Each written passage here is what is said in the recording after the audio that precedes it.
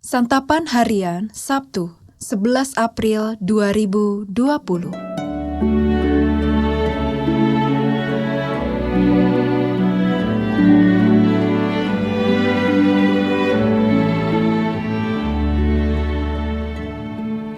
Inilah program Santapan Harian, sebuah program yang mengajak Anda menelusuri isi Alkitab, agar Anda menemukan makna firman Tuhan sesuai dengan konteksnya. Santapan Harian tertuju bagi Anda yang ingin memiliki kehidupan rohani yang segar, kuat, dan sigap.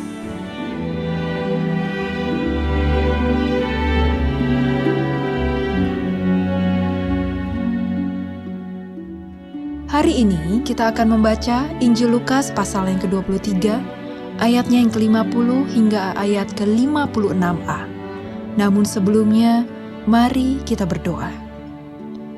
Roh Kudus, bimbinglah kami dalam perenungan sabda-Mu. Di dalam Roh-Mu yang kudus, kami berdoa. Amin. Lukas 23 ayat 50 sampai 56a. Adalah seorang yang bernama Yusuf.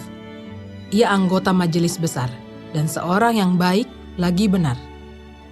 Ia tidak setuju dengan putusan dan tindakan majelis itu. Ia berasal dari Arimatea, sebuah kota Yahudi, dan ia juga menanti-nantikan kerajaan Allah. Ia pergi menghadap Pilatus dan meminta mayat Yesus. Dan sesudah ia menurunkan mayat itu, ia mengapaninya dengan kain lenan, lalu membaringkannya di dalam kubur yang digali di dalam bukit batu, di mana belum pernah dibaringkan mayat. Hari itu adalah hari persiapan dan Sabat hampir mulai. Dan perempuan-perempuan yang datang bersama-sama dengan Yesus dari Galilea ikut serta, dan mereka melihat kubur itu dan bagaimana mayatnya dibaringkan. Dan setelah pulang, mereka menyediakan rempah-rempah dan minyak mur.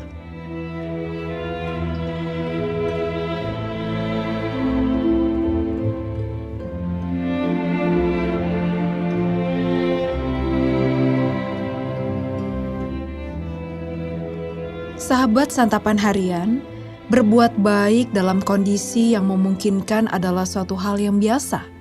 Namun berbuat baik ketika situasi tidak memungkinkan, itu baru tantangan. Pada kenyataannya, situasi terakhirlah yang sering kita temukan. Kita hidup dalam masyarakat yang seringkali menoleransi banyak hal yang tidak baik. Lantas bagaimana agar kita tetap dapat berbuat baik dalam situasi demikian? Kita dapat belajar melalui tindakan Yusuf dari Arimatea. Ia anggota Mahkamah Agama, bahkan termasuk golongan majelis besar. Saat itu posisi tersebut terpandang. Kalau kita mengingat kembali kisah penyaliban Yesus, kita akan mengerti bahwa Mahkamah Agama adalah salah satu pihak yang berperan dalam keputusan penyaliban tersebut. Sekalipun demikian, rupanya Yusuf dari Arimatea tidak setuju dengan keputusan menyalibkan Yesus. Dalam penghormatannya kepada Yesus, Yusuf dari Arimatea memberanikan diri menghadap Pilatus.